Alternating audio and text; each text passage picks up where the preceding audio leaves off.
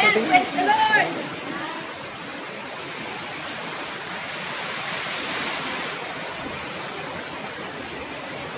Nakisabay po ang ulan.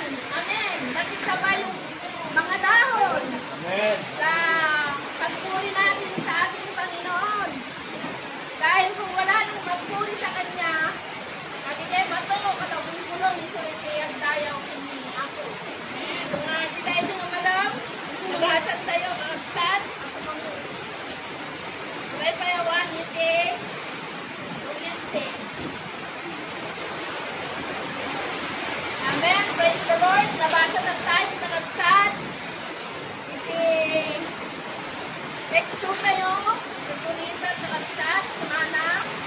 Isaiah 46, chapter 3, verse 3, gano'n before, kumana, makinig kayo sa akin, unahin niya ako. Kayo nalabi sa bayang Israel. Kayo inalagaan ko mula sa inyong pagsilang. Ako ang inyong Diyos, iingatan ko kayo habang hanggang sa kumiti ang inyong buhok at kayo'y tumanda. Kayo'y nilikha ko, kaya pumulong ko na kayo'y iligtas at tulungan purihin ang ating Panginoon. Ang ating tema, mga kapatid, sa hapon na ito ay kahit maputi na ang buhok ko. Kaya sino si mga Diyo ka, Apsat? Amen.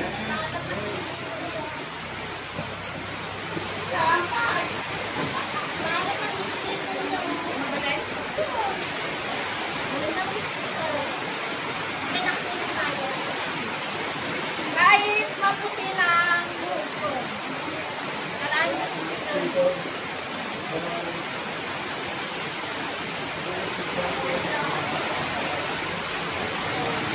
Ang mensahe nito, mga kapatid, ay nakareki sa Balindanaway noong Miyerkules. Kaya para sa inyo mga taga-sabi, ang mensahe na ito, purihin ang ating Panginoon. Amen. Alam niyo mga kapatid,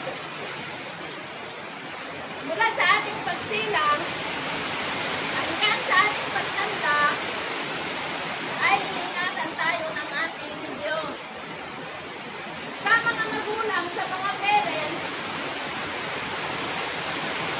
pantalaunan na panangalaga na anak na. Anak na yun, di ba? Hanggang saan, itin na yan na. Hapunay na parang sarapin tayo. At dali, kay Flo, na hanggang na, nalagwanag na mabuong, nalawaksan. At dati panangalaga, tumaysa nga, ama kanina,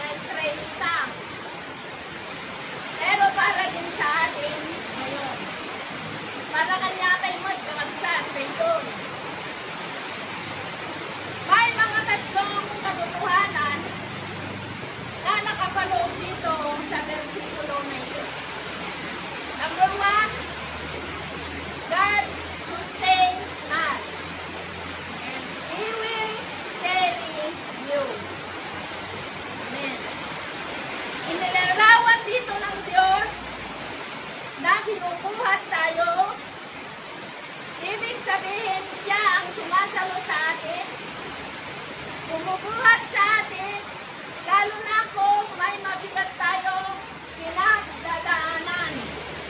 Amen. Kung minsan, parang hindi natin kaya. Iba yung pelikula, parang pasan ko ang daigdig. Pero mga kapatid, ang Diyos mismo ang sumasalo sa atin, bumubuhat sa atin sa oras na mayroon tayong pinagdadaanan na parang hindi na kaya natin buhanin. Amen. He will carry you. There is no problem to deal. God cannot solve with you. He will carry you. Kahit anumang klase, kahirap, sitwasyon, kabuluhan, na pinagdadaanan mo, kapatid, sa hapon na ito, merong Diyos na handang bumuhat sa'yo, handang tumulong sa'yo. Amen. Amen. Praise the Lord. Ang tao, ang laging sinasabi, pagod na ako. Ang tao, laging sinasabi, makauma, tawa na ako. Ang tao yun. Pero ang ating Diyos, sabi niya, inalagaan ko kayo mula sa inyong pagkasilang. Walang tigil ang pag-aalaga ng Diyos sa ating mga kapatid. Hindi siya nagsasawa, hindi siya napapagod. Kasi hawak niya tayo, mga kapatid, hanggang sa huling tibok ng ating puso. Kahit maputi na ang buhok ko. Amen. Yun po ang unang katotohanan. He will carry you.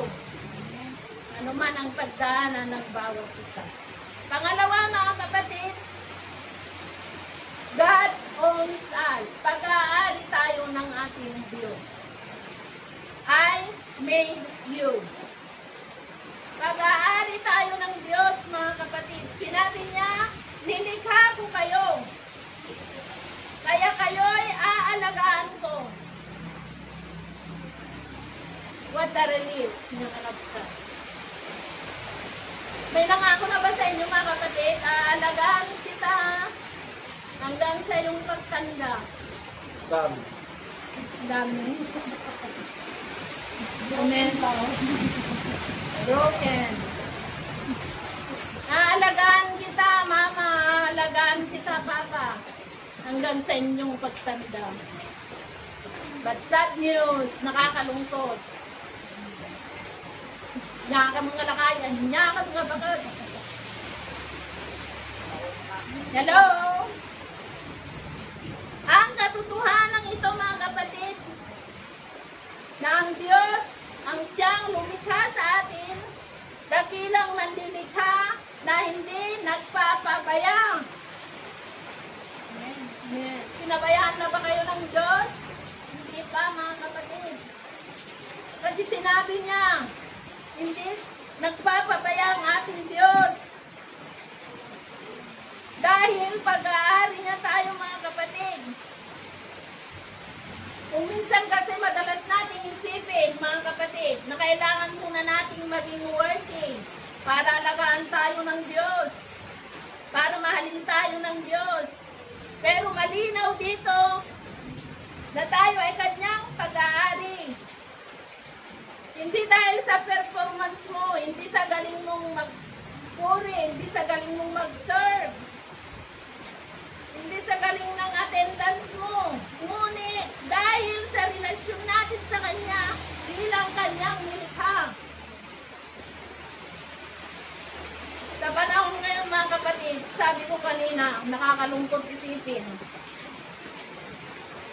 Yung magulang, kaya niyang alagaan yung 8, 10 mga anak.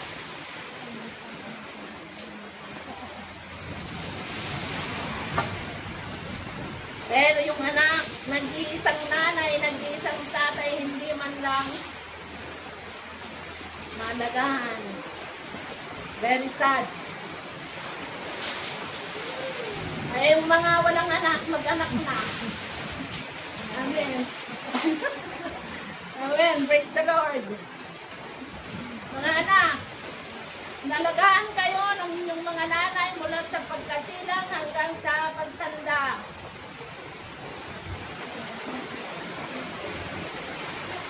Pangatlo, mga kapatid, na katotohanan na nakapaloob sa versikulong ito.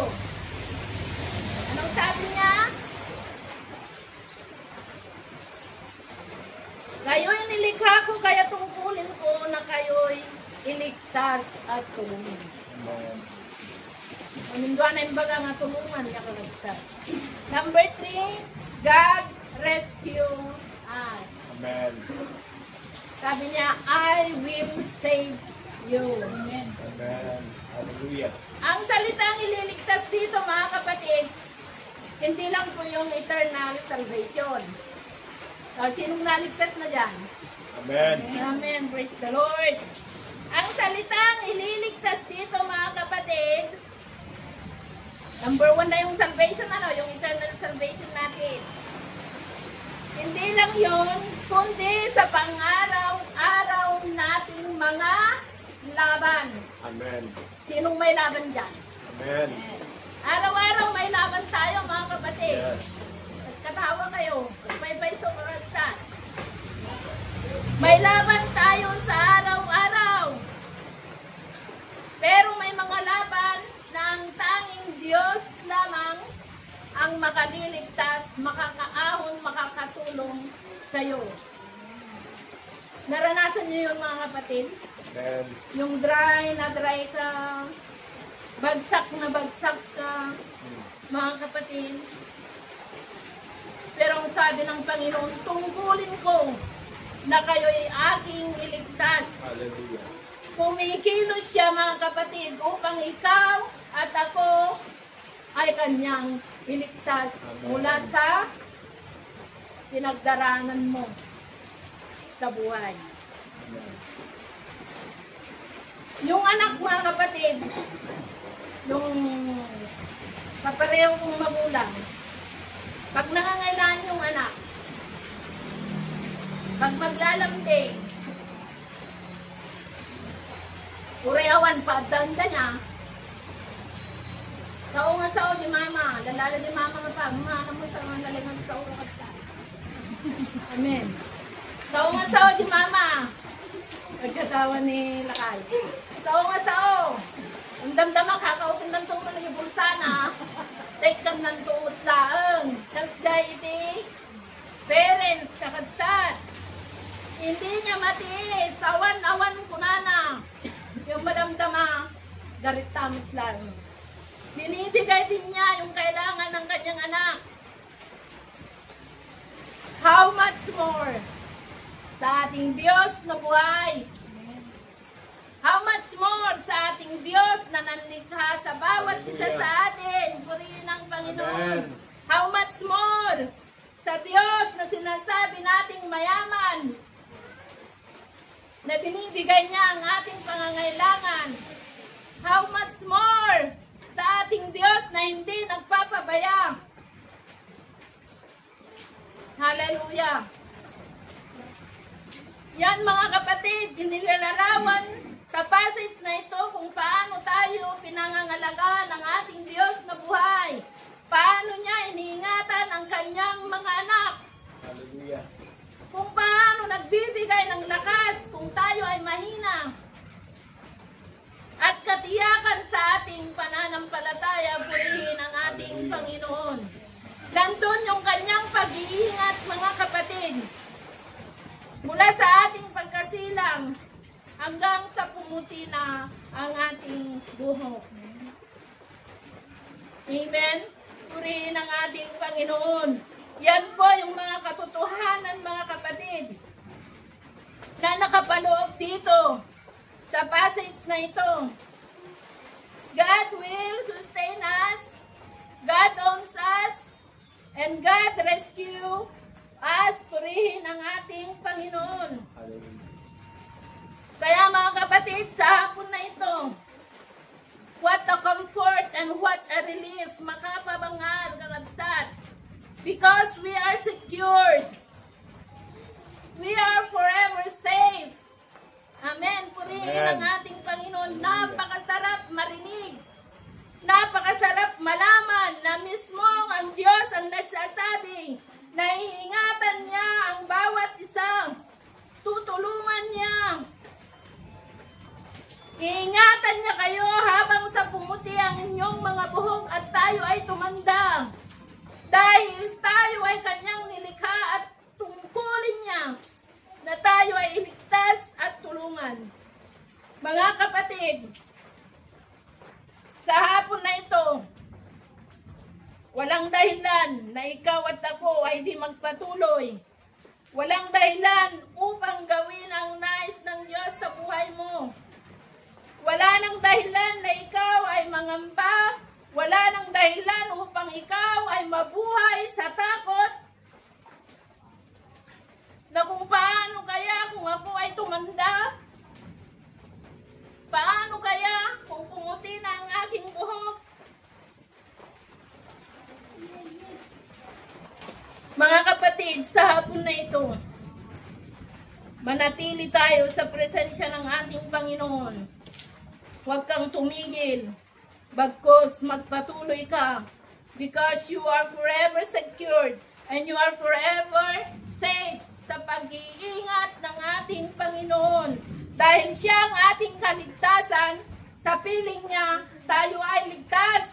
Hallelujah! Palakpakan tayo man si Apo mga kapatid. Dito po ako magtatapos sa kantang Footprints in the Sand. Alam niyo yun mga kapatid? May isang lalaki na naginip. Kasama niya ang ating Panginoon, lumalakad sa gilid ng dagat. Sabay silang lumalakad, mga kapatid.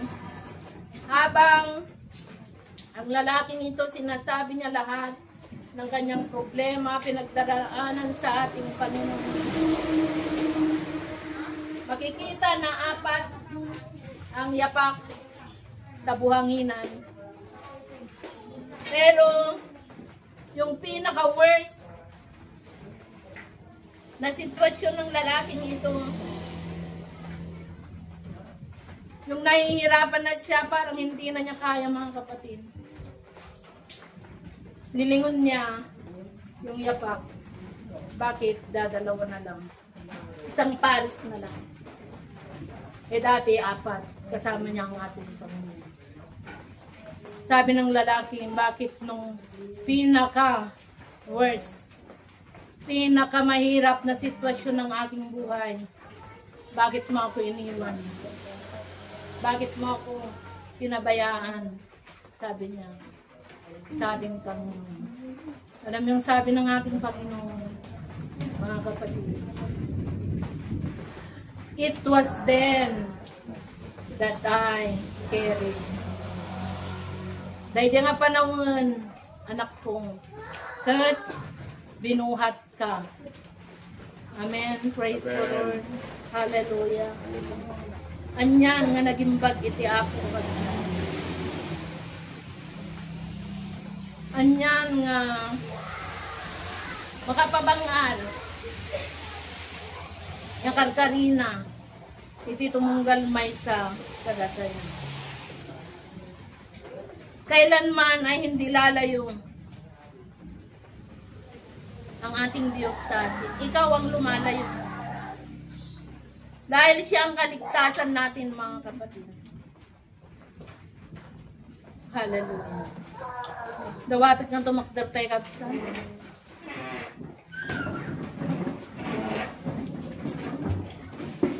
As we sing this song, Lagi pa man, no, kano nga binaybayan na kaniya ako. Lagi pa man, no, kano na ka nga embody. Kasi di tayo di nga malang magyaman tayo. Hallelujah, Lord. Nga iti, aging gana nga hanggang sa pumuti ang aking buhok, mga kapatid.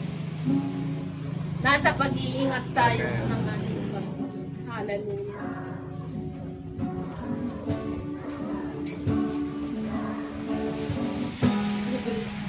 Bridge. Tandaan tayo mga kapsat, yung bridge na ito safe.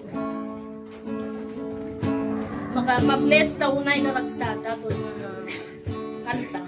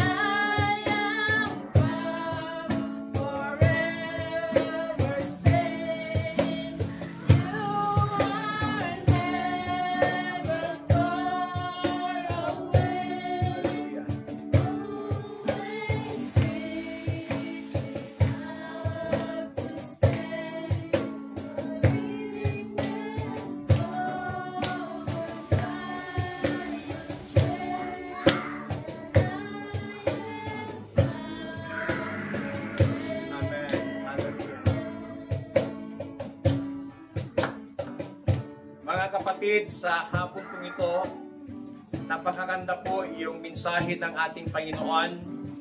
Unang-una, God will sustain us. Ano mang mga pangangailangan mo, isusustain ng Panginoon yan. Financial man, material man, physical man, nakagalingan, isusustain yan ng Panginoon. Lahat ng pangangailangan ng tao, as long as na ikaw at ako patuloy na magtitiwala sa Panginoon, He will sustain all your needs. Hallelujah. Yung sinabi pa niya kanina, God will carry us. God will rescue us. And God will save us. Mga kapatid, ito po yung katangian ng ating Panginoon. Kaya dapat lamang na tayo ay patuloy na magtiwala, patuloy na maglingkod sa ating Panginoon. Na whatever things na nangyayari sa ating mga buhay, whatever situations na nangyayari sa ating mga buhay, marahil ikaw ay nasa worst ng iyong buhay, despite sa mga ganong sitwasyon, may pangako ang Panginoon na He will carry us, He will save us.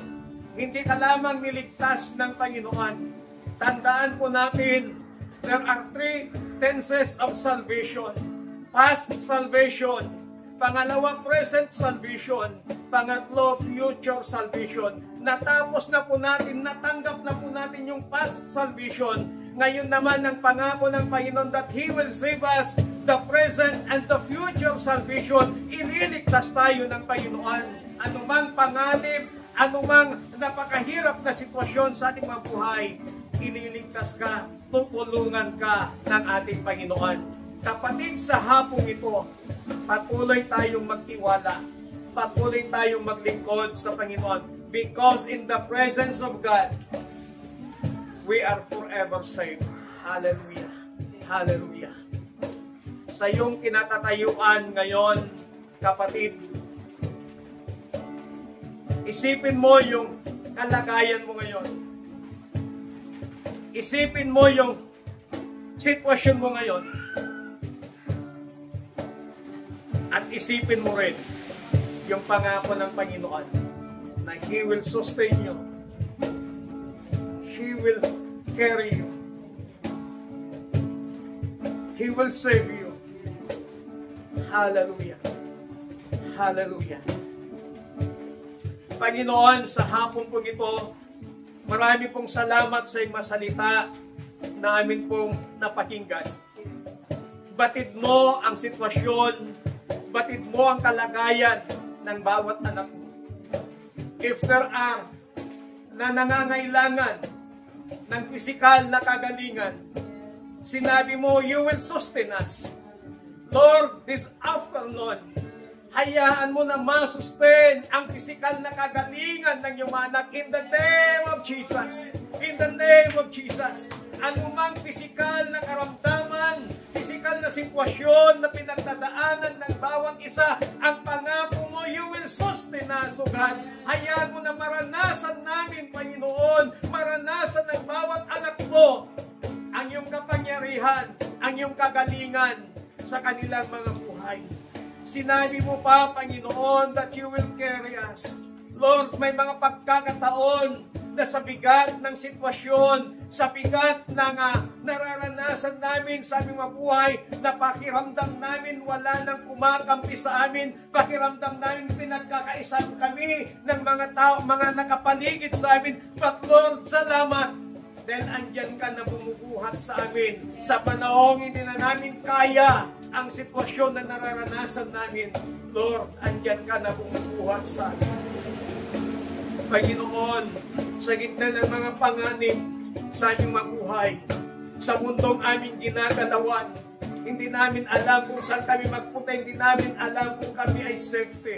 But Lord, in your presence, sa iyong mga pangako, we are forever safe. Ililigtas mo kami, Panginoon. Kaya sa hapon po ito, pagpalain po ninyo yung mga salita namin napakinggan at patuloy mong tulungan ang bawat anak mo na anumang pinagdadaanan ng bawat isa. Ililigtas mo, Panginoon. Ililigtas mo kami sa tiyak na panganib. Ililigtas mo kami, Panginoon, sa mga pinaplano ng kaaway. Ililigtas mo kami sa mga masamang plano, balak ng tao sa amin, Panginoon. Salamat, O Diyos. Salamat sa kaligtasan. Salamat sa past salvation. Salamat sa present salvation. And salamat sa future salvation na patuloy mong ipagkakaloob sa amin. Salamat, dakilang Diyos. Salamat po. Salamat ng marami. Salamat ng marami. In Jesus Christ, mighty we pray.